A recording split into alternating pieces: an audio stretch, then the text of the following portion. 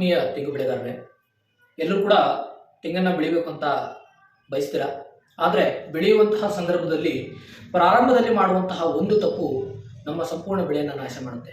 ಅದು ಹೇಗೆ ಅಂತ ಹೇಳಿದ್ರೆ, ತುಂಬ ಜನ ಏನು ಮಾಡ್ತೀವಿ, ಯಾವುದೋ ಹೈವೇನಲ್ಲಿ ಎಲ್ಲೋ ನರ್ಸರಿಗಳನ್ನು ನೋಡಿರ್ತೀರಾ, ಅಥವಾ ಯಾರೋ ನಿಮಗೆ ಫೋಟೋಗಳನ್ನು ತೋರಿಸಿರ್ತಾರೆ. ಆ ಫೋಟೋಗಳಲ್ಲಿ ಬುಡದಿಂದ ಕಾಯಿ ಬಿಟ್ಟಿರುತ್ತೆ, ಆ ತರಹದ ಗಿಡಗಳನ್ನು ನೋಡಿರ್ತೀರಾ.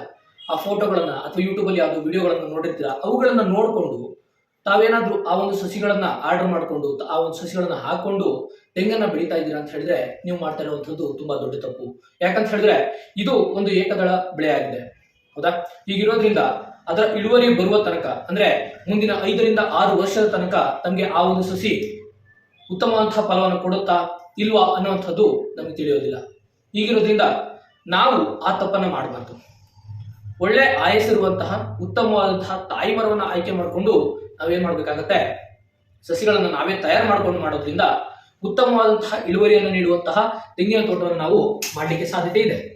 ಹೇಗೆ ಅಂತ ಹೇಳಿದ್ರೆ, ಮೊದಲನೇ ತೋಟಗಳನ್ನ ಆಯ್ಕೆ ಮಾಡುವಂಥದ್ದು. ತೋಟಗಳನ್ನ ಹೇಗೆ ಆಯ್ಕೆ ಮಾಡಬೇಕು ಅಂತ ಹೇಳಿದ್ರೆ, ಫಸ್ಟ್ ನಿಮ್ಮಲ್ಲಿ ಯಾರೋ ಒಬ್ಬ ಇರ್ತಾನೆ, ಆತ ಸರಿಯಾಗಿ ತೋಟಗಳನ್ನ ಮೇಂಟೈನ್ ಮಾಡಿರೋದಿಲ್ಲ. ಅವನ ತೋಟದಲ್ಲಿ ನೀವೇನಾದ್ರೂ ಹೋಗಿ ನೋಡಿದ್ರಿ ಅಂತ ಹೇಳಿದ್ರೆ ತೆಂಗಿನ ಮರದಲ್ಲಿ 4 ಕಾಯಿಗಳು ಕೂಡ ಇರೋದಿಲ್ಲ, ಹೌದಾ? ಅವನ್ನ ನೀವೇನಾದ್ರೂ ಆ ಬೀಜಗಳನ್ನು ತಗೊಂಡು ಹಾಕಿದ್ರಿ ಅಂತ ಹೇಳಿದ್ರೆ ಉತ್ತಮ ಇಳುವರಿ ಬರಬಹುದು, ಬರದೇನೋ ಇರಬಹುದು. ಇನ್ನೊಂದು ಕಡೆ ನೋಡೋದಾದ್ರೆ, ಇನ್ನೊಬ್ಬ ರೈತ ಇರ್ತಾನೆ, ಆತ ಯಥೇಚ್ಛವಾಗಿ ನೀರನ್ನು ಕೊಡ್ತಾ ಇರ್ತಾನೆ, ಯಥೇಚ್ಛವಾದಂತಹ ಗೊಬ್ಬರಗಳನ್ನ ಬಳಸ್ತಾ ಇರ್ತಾನೆ, ರಾಸಾಯನಿಕಗಳನ್ನ.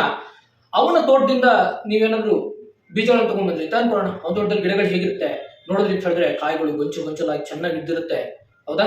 ಅವನ ತೋಟದಲ್ಲಿ ನಾವು ನೋಡ್ಬಿಟ್ಟು ನಾನು ಕೂಡ ಅದೇ ಬೀಜಗಳನ್ನ ಹಾಕಿದ್ರೆ ನನಗೂ ಉತ್ತಮವಾದ ಇಳುವರಿ ಬರುತ್ತೆ ಅಂತ ನೀವೇನಾದ್ರೂ ಅನ್ಕೊಂಡು ಅವನ ತೋಟದಿಂದ ಬೀಜ ತಗೊಂಡ್ಬಂದು ಹಾಕಿದ್ರಿ ಅಂತ ಹೇಳಿದ್ರೆ ಅಲ್ಲೂ ಕೂಡ ಮೋಸ ಹೋಗುವಂತ ಸಾಧ್ಯತೆ ಇರುತ್ತೆ. ಯಾಕಂತ ಹೇಳಿದ್ರೆ ಆ ಬೀಜಗಳು ಅವನ ನೆಲದಲ್ಲಿ ಅವನ ಫಲವತ್ತತೆಗೆ ಅನುಗುಣವಾಗಿ ಬೆಳೆದಿರುತ್ತೆ, ಮತ್ತೆ ಅವನು ಕೊಟ್ಟಂತಹ ಗೊಬ್ಬರಗಳಿಗೆ ಅನುಗುಣವಾಗಿ ಅವನಿಗೆ ಇಳುವರಿ ಬರ್ತಾ ಇರುತ್ತೆ.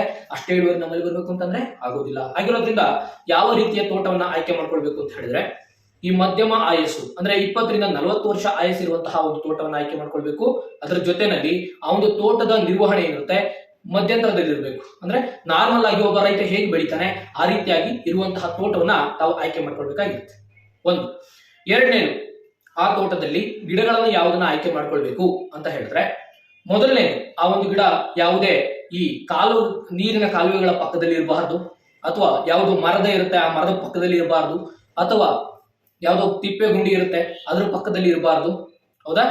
ಹಾಗೇನೆ ಆ ಒಂದು ಜಾಗದಲ್ಲಿ ಯಾವುದೇ ರೀತಿಯಾದಂತಹ ನೀರಿನ ಹರಿವಿರಬಾರ್ದು. ಅದು ಮಧ್ಯ ತೋಟದಲ್ಲಿದ್ದು ಉತ್ತಮವಾಗಿ ಆರೋಗ್ಯಯುತವಾಗಿರ್ಬೇಕು. ಅದರ ಜೊತೆನಲ್ಲಿ ತಾವು ನೋಡ್ಬೇಕಾಗಿರ್ತಕ್ಕಂತಹ ಇನ್ನಷ್ಟು ಗುಣಲಕ್ಷಣಗಳೇನು ಅಂತ ಹೇಳಿದ್ರೆ, ಅದರ ಒಂದು ಚೆಂಡೆ ಏನಿರ್ತೀವಿ ಅದರಲ್ಲಿ 32 ರಿಂದ 36 ಗರಿಗಳಿರ್ಬೇಕಾಗ್ತದೆ. ಅದು ಒಂದು ಆರೋಗ್ಯವಂತ ಮರ. ಅದ್ರ ಜೊತೆನಲ್ಲಿ ನಮ್ಗೆ ಆನ್ ಎನ್ ಅವರೇಜ್ 45 ದಿನಕ್ಕೆ ಒಂದು ಗೊನೆಗಳು ಬರೋ ರೀತಿಯಾಗಿ ಗೊನೆಗಳನ್ನ ಅದರಲ್ಲಿ ನಾವು ನೋಡ್ಬೇಕಾಗತ್ತೆ. ಹಾಗೇನೆ ವರ್ಷಕ್ಕೆ 100 ರಿಂದ 150 ಕಾಯಿಗಳನ್ನ ಮಿನಿಮಮ್ ಬಿಡಬೇಕು. ಕಾಯಿಗಳು ಮತ್ತೆ ಅದರಲ್ಲಿ ಕೊಬ್ಬರಿಯ ಸೈಜ್ ಅನ್ನ ತಾವೇನಾದ್ರೂ ನೋಡ್ತೀರಾ ಅಂತ ಹೇಳಿದ್ರೆ, ಒಣಗಿದ ಕೊಬ್ಬರಿಯ ತೂಕ ಬಂದು ಒಂದು 125 ರಿಂದ 150 ಗ್ರಾಮ್ ಆವರೇಜ್ ಬರ್ತಾ ಇದೆ ಅಂತ ಹೇಳಿದ್ರೆ ಅದು ಒಂದು ಉತ್ತಮವಾದಂತಹ ಸಸಿ ಆಗಿರ್ತದೆ.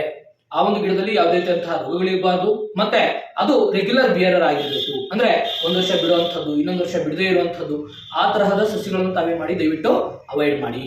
ಓಕೆ. ಇನ್ನು ತುಂಬಾ ಜನ ಹೇಳ್ತಾರೆ, ಸರ್ 50 ವರ್ಷದ ಮೇಲ್ಪಟ್ಟಂತಹ ಗಿಡಗಳನ್ನು ಬಳಸಬಹುದಾ ಅಂತ ಕೇಳ್ತಾರೆ, ಹೌದಾ?